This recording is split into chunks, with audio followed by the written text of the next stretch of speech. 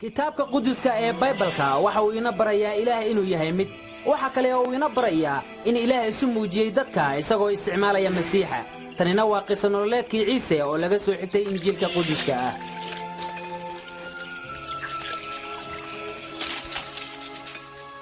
maalmahaas oo Kaysar Augustus boqorka ah Roma iyo Herodkuyna markuu boqorka ah Yahuudiya ilaa waxa uu soo diray Malag Jibriil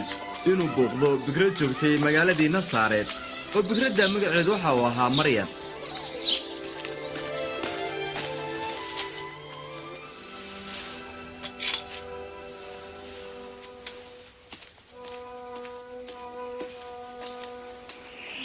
abaqin Maryanay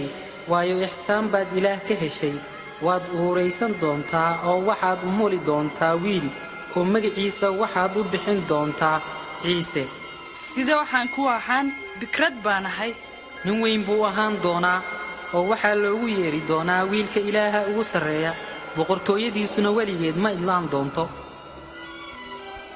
haddaba Maryam waxay u safartay magaalo ku taal Yahuudiya si ay u baqato inaabtideed Elizabeth taasoo si mucjiso ah u heshay ilmo Elizabeth Maryam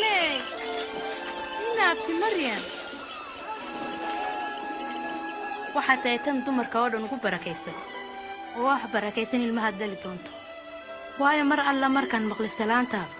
ilmihii uurkayga ku jira farxad la boodbooday naftaydu waxay weynaysay Rabbiga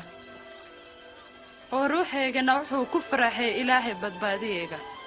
hadda kadib kurmaa oo dhan waxay igu yeeri doonaan tan barakaysan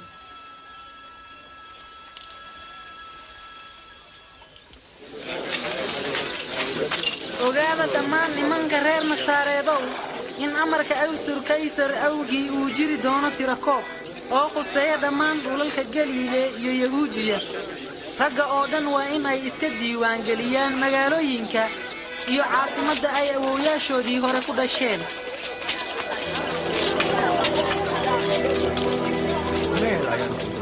oo Maryam waxay aaday Beetlehem-tii Yahuudiya si ay iskula soo diiwaan gelisay Yuusuf oo ay u doonanayd laakiin iyagu kama aysan helin Beetlehem meel ay ku degaan oo arbeeko ah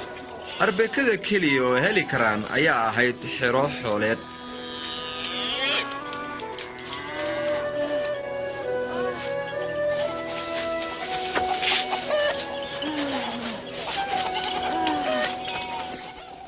halkaas waxaa jiray kuwa adeejirayaal ah oo waddanka dhinaciisa idahooda ku dhaqaalaysanayay habeenkii markii uu malaga Ilaah iyaga uu u muuqday oo uu martabada Ilaahna ay iyaga dul iftiimtay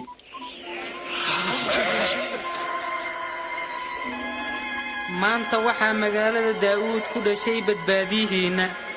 Masiixa Rabbiga ah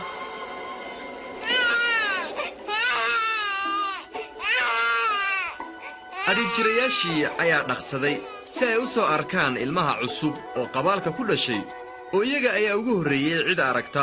oo way faafiyeen warka wanaagsan iyo dhalashada badbaadiyaha